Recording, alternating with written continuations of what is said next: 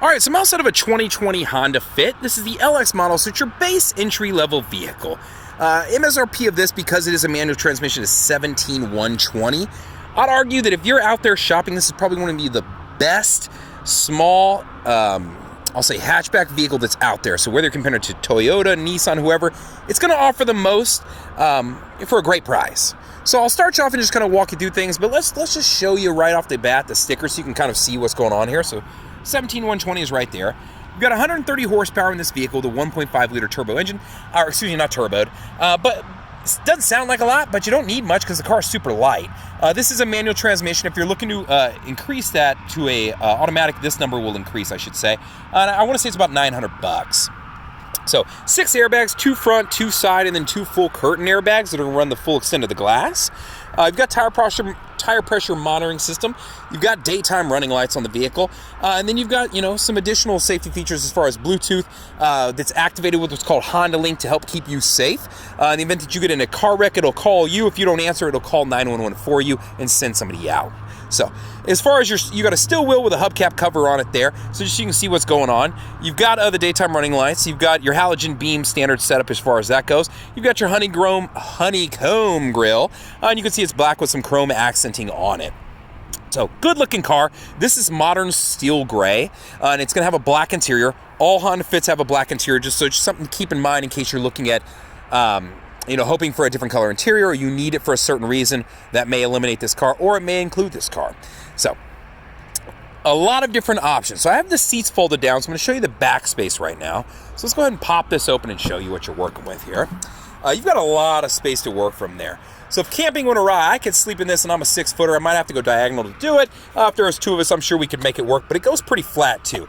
Now this also comes into play if I'm going to be moving, stuff, because let's say I'm a college-age student, and this is, a car that was picked out for me, or I picked out. I could definitely move quite a bit because I've got a lot of cubic space to work here. Or let's say I was in a band, and I had, amps and guitars and all kinds of stuff. So great option for a lot of different people. And it's funny because I would always talk to people and they go, "Hey, this car looks so tiny on the road compared to all these huge cars." And I said, well, when you get in it, it's not really that small. To give you an idea, I'm a 6-footer, and I have the seat set up. I think I have it pushed almost all the way back here. And I can actually sit behind myself. So I can sit behind myself and still have space, and that's with it pushed all the way back and me sitting here. So just to give you an idea, and then I can give it one more notch of a space for that. So let me pull this other seat back just so you can see what we got here. So if you have the seat all the way back, I've got a good recline to it also. I have still got space I can work with down there, so it's not an unusable seat, because I've been in a lot of cars where, sure, we'll call it a back seat, but I wouldn't necessarily describe it as one. 29 in the city, 36 on the highway, and then 31 combined. So you've got great gas mileage in this vehicle. 5-star overall crash rating. You got all 5s except for your rollover. You got a 4. I'm not exactly sure what they did to get that. This car was produced in Mexico. So these come from a couple different plants, but this particular one came from Mexico. They made it up way, and it makes sense because we are in Austin, Texas here, so didn't have to travel that far by train to get to me. So, as far as your seat, it's a manual adjustment. If I want to raise or lower it, I can either raise, or I can press down and lower to raise and lower the seat adjustment, and then I can adjust the back also. I've got power windows, I've got power locks, and I got powered mirrors. So it's a base model, but it's not, you're not cranking windows and rolling them up yourself. When I hop in, I'll crank the car up. It's standard key setup, so I'll just show you that. And let's get this car rolling. I find that a lot of people like this car if they don't want a lot of frills, they don't want a lot of buttons, they don't want a lot of technology, they just want a point A to point B car. Not a bad choice here. So over here, I'll point out this button right here. This is vehicle stability assist. This works with your traction control. So in the event that you go into a skid, it'll help transfer power to whichever wheel is getting better traction. So standard comes with the car, just something to keep in mind. You got a cup holder up here, which Honda Fit drivers will tell you about. If you've ever met anyone who owned this car before, they love that. And the reason I say that is if you have the heat going and you have your coffee there to keep it warm, and if you're in a cold climate area, and let's say you have the AC blowing, and you've got a cold drink there, it'll keep it cold. So just kind of a nice thing that it does. So throw a little air on the windshield just to clear that off real quick. There we go. Okay, so now your steering wheel. You got your volume controls right here and switching between your favorite stations.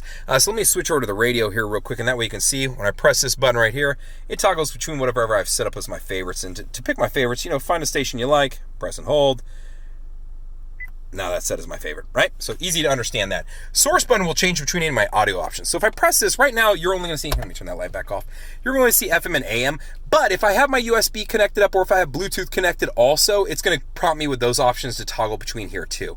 But I just don't have those right now to do so. The car also has a CD player, so I always like to point out that when you're going through your media options, USB, you've got a CD, single disc CD player, and then the USB is if you wanted to like load up music onto a thumb drive, you absolutely could.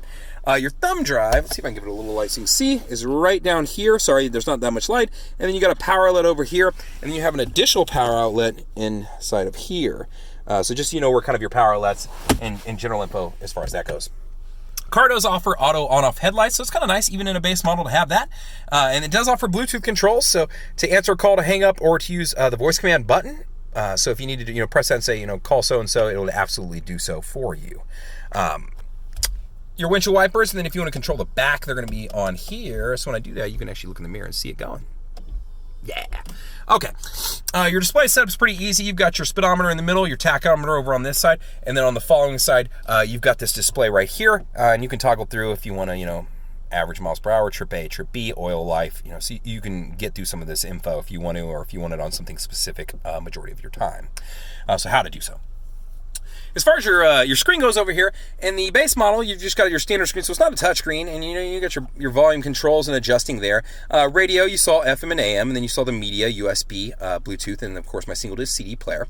I have access to my Bluetooth, so if I've never connected up a phone, scroll down and select yes, and it'll prompt you to set your Bluetooth, and then set that and it'll search. So that's how to do so. Now, if you needed to add a secondary phone, what you would want to do is click that menu button, and then from menu, you'd run a scroll down to settings and then go to Bluetooth and add new device. And you could add up to 6 devices to a vehicle. So just so you have an idea for how that works. So easy to understand. You saw what I did. Let's back completely out and I'll show you. Press your menu button, go down here to settings, go to Bluetooth, and you can select that. Now there's other adjustments you can make here. Probably the most commonly played with one would be either your wallpaper or your color theme. If you want to change this to blue or red or amber or gray, you can do so. And then your wallpaper, which is allowed you, if you want to change that. So if you want to import something, I've made a video showing how to do this on an older model, and you can absolutely do it. It's the same in all of them. But you would load up a USB with an image, whether it be a JPEG or PNG file, plug it into your USB down here, and then you'd be able to select it and put it up. It's pretty cool, and it just gives you the ability to customize your own car. So who doesn't like that, right? Flashers are right here, so easy to access and get to. Your dimmer button, if you need to affect the screen right there, right? So you can see what I'm doing there. AC controls, hot or cold, how much air, where you want it to go, and then if you want to circulate it or not, make sure your AC is on if you want cold air blown instead of the fan, and then your rear defrost on the window. It's a 6-speed manual transmission. If not, you would just have your standard shifter there. And then your e-brake is right here, so let me turn that light on so you can see a little bit better. So, it's an e-brake. You know how that works. And then your center console right there. Black on the floorboards, black always across the top, and that's going to prevent glare and prevent dirt.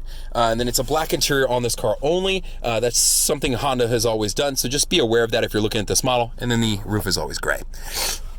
If you're looking for leather, they offer an option. It's the EXL. If you're looking for a moonroof, it starts in the EX and above. So you do have some other available options. And to give you an idea, as you jump models, it's about $2,000 between every model. And that goes across the entire Honda line. So just something to keep in mind in case you're, kind of rule of thumbing it.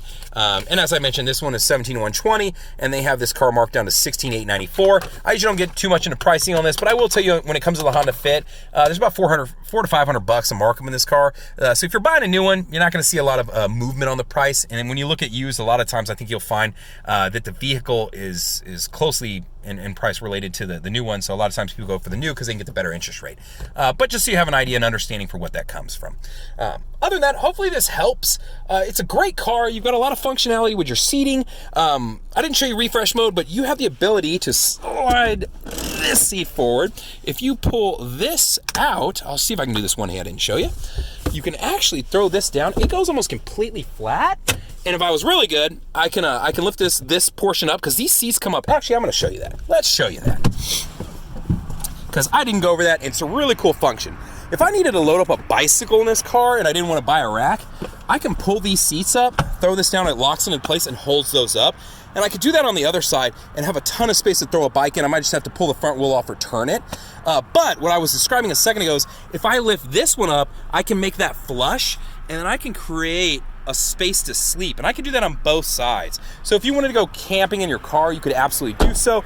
Or if you were looking at the possibility of camping that has gone awry and you needed a dry space to sleep, another way to do this. So not hard to do. It's very easy. You saw I just did it one-handed, to be honest. And then I'm going to put this back in there if I can. Maybe, yeah, there we go. Okay, so now you know how refresh mode works. So hopefully that helps you out. Hopefully you're interested in this car. If you are, hey, let me know if there's something else I could have added to this to help you out. Or if you have questions, feel free to reach out. I'd be more than happy to help you out. I just said that twice. Apparently I've had too much Red Bull to drink. Feel free to comment on the video. Hopefully you'll like it. Maybe you'll even subscribe. Let me know what questions you have. And if you don't want to comment and you still want to ask me a question, feel free to give me a call or text. You can reach me at 737-443-9555. That's right. I'm crazy enough to give it out. So take advantage of it if you need it. Hopefully have a good one. Thank you.